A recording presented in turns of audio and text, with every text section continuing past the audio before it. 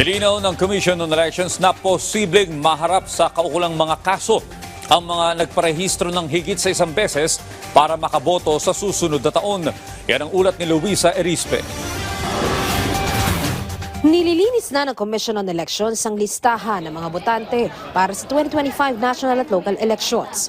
Katunayan, nasa 1,000,000 new registrants ang posibleng maalis sa opisyal na listahan ng mga papayagang bumoto sa susunod na taon. Yung 500,000, yan ay July to July to September. Pero ang pinalabas ko ay tatlo. Meron tayong from February 12 to April, which is more or less 300,000.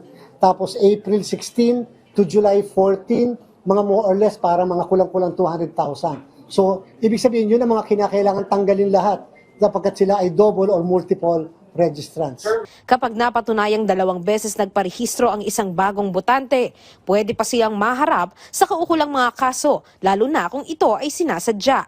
Pag napatunayan na 2 beses nagparehistro, ikaw ay pwedeng kasuhan ng election offense, 1 to 6 years imprisonment. Ginawa na po natin yan noong 2022 elections. Madami pong kinasuhan ang aming law department. Nilinaw naman ng COMELEC na mas kikilalanin ang orihinal na registration ng isang botante kapag nadoble ang kanyang rehistro at sila pa rin ay makakaboto. Samantala, pinunan naman ng isang mambabatas ang pagtaas ng bilang ng registered voters sa ilang barangay sa Batangas, Makati at Nueva Ecija na iniimbestigahan na rin ng COMELEC. Sabi ng komisyon, marami sa mga nagparehistro ay gumamit ng barangay certificate imbis na government ID sa kanilang registration.